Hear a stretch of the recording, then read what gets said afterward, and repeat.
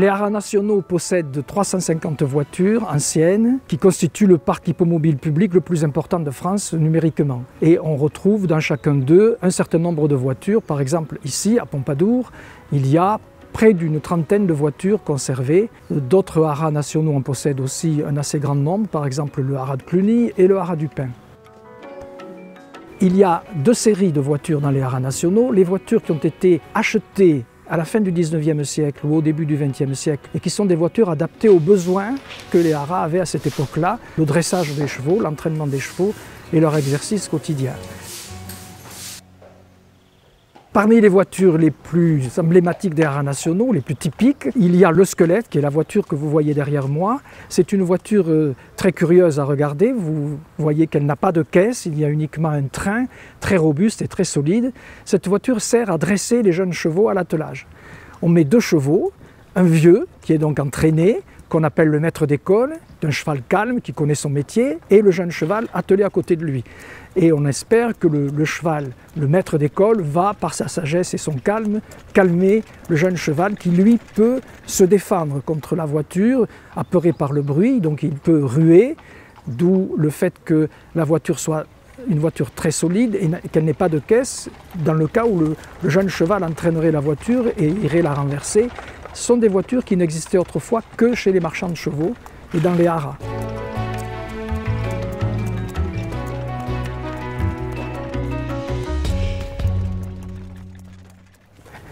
Un sociable, c'est une voiture qui appartient à la famille des calèches.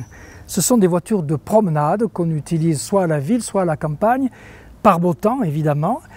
Elles comprennent un siège sur le devant pour le cocher et un grand siège à l'arrière pour les passagers de marque. Un siège qui peut être, le cas échéant, abrité par une capote qui peut se déplier. Mais on peut aussi avoir deux petits passagers, généralement des enfants, sur le devant, grâce à un siège qui peut s'installer lorsqu'on relève le panneau mobile qui le couvre. C'est une voiture qui a été construite à Paris par la maison Bender, qui est la maison la plus importante de carrosserie à Paris et la plus célèbre, qui a travaillé depuis 1804 jusqu'à 1939, sans discontinuer, d'abord dans la carrosserie hippomobile, ensuite dans la carrosserie automobile de luxe.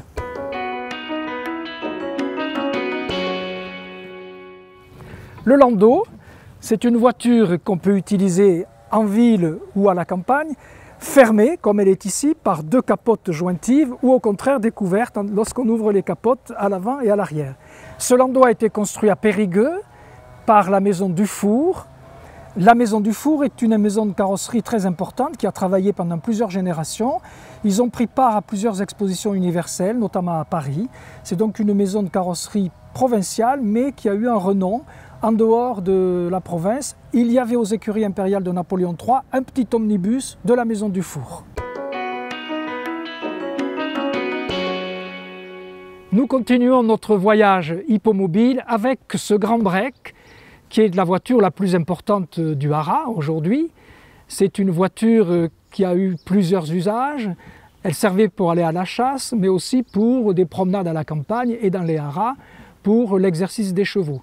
C'est une voiture qui a été construite à Trouville par un carrossier qui s'appelait Étienne Bedel. C'est un break particulier.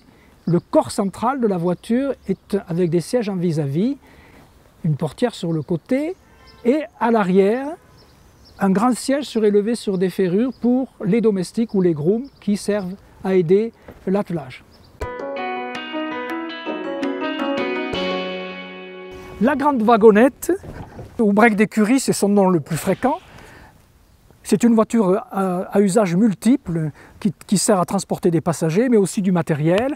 Elle sert aussi à l'exercice des chevaux. Elle a été construite à Paris par le carrossier Le Lorieux. L'omnibus, voiture particulière, mais que l'on trouve dans tous les haras nationaux, c'est une voiture fermée entièrement avec une caisse vitrée. On y accède par une portière qui se trouve sur le panneau arrière.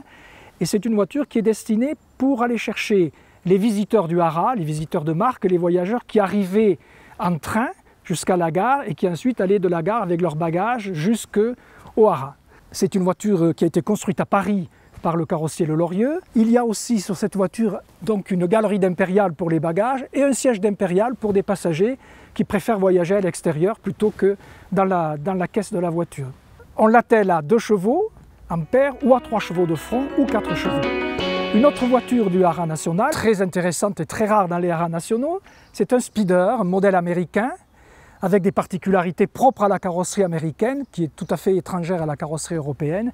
C'est d'abord la forme de la voiture, très cintrée, avec de très hauts panneaux.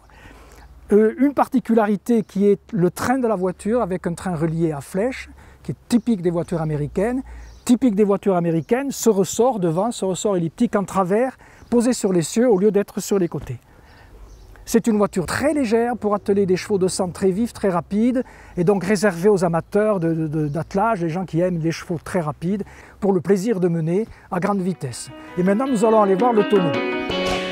C'est une voiture très inhabituelle dans les haras nationaux.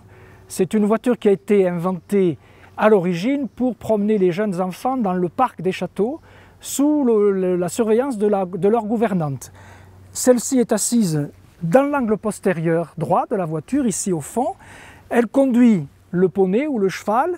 Elle a sous ses yeux en permanence les enfants, les petits-enfants, qui sont donc sous bonne garde. Et cette voiture est équipée de différents éléments de sécurité. D'abord les côtés de la voiture très élevés pour empêcher les enfants de passer par-dessus bord. L'absence de poignée à l'intérieur de la portière pour qu'ils ne puissent pas ouvrir. L'essieu coudé qui permet d'abaisser la caisse et le centre de gravité, donc une meilleure tenue de la voiture. Et son nom de tonneau lui vient bien sûr de la forme arrondie qui évoque un tonneau. C'est une voiture qui a été construite à Paris par un carrossier qui s'appelle Guanard. Et c'est l'occasion de dire que Paris a été la capitale de la carrosserie pendant très longtemps, depuis déjà l'époque de Louis XIV, mais surtout au XIXe siècle. Il y a de très nombreux carrossiers à Paris. Certains sont très importants, comme Bender, dont nous avons déjà vu le sociable tout à l'heure. Les haras nationaux possèdent beaucoup de voitures construites à Paris, notamment par Le Lorieux, la maison Victor Le Lorieux, qui a fourni énormément de voitures aux haras nationaux. Actuellement, il y a plus de 75 voitures signées Le Lorieux dans les haras nationaux, dont l'omnibus qui est derrière moi, qui est aussi un omnibus Le Lorieux, la grande wagonnette, qui est aussi une voiture Le Lorieux. Mais il n'y a pas, surtout ici à Pompadour, que des voitures parisiennes. Il y a aussi beaucoup de voitures construites en région. Il faut savoir que il y avait pratiquement des carrossiers dans toutes les villes de France, et ici à Pompadour sont conservées un certain nombre de voitures construites dans la région, dans les villes de Limoges, Périgueux, Tulle, Ausence, Bergerac, et en s'éloignant un peu jusqu'à Cognac. Et donc c'est intéressant de voir des voitures construites sur les modèles parisiens souvent, mais dans les régions. Et évidemment, elles évoquent tous les métiers de la carrosserie, carrossier, menuisier en voiture, charron, peintre en voiture, sellier harnacheur, sellier garnisseur, car il fallait plusieurs corps de métier pour réaliser une voiture à cheval.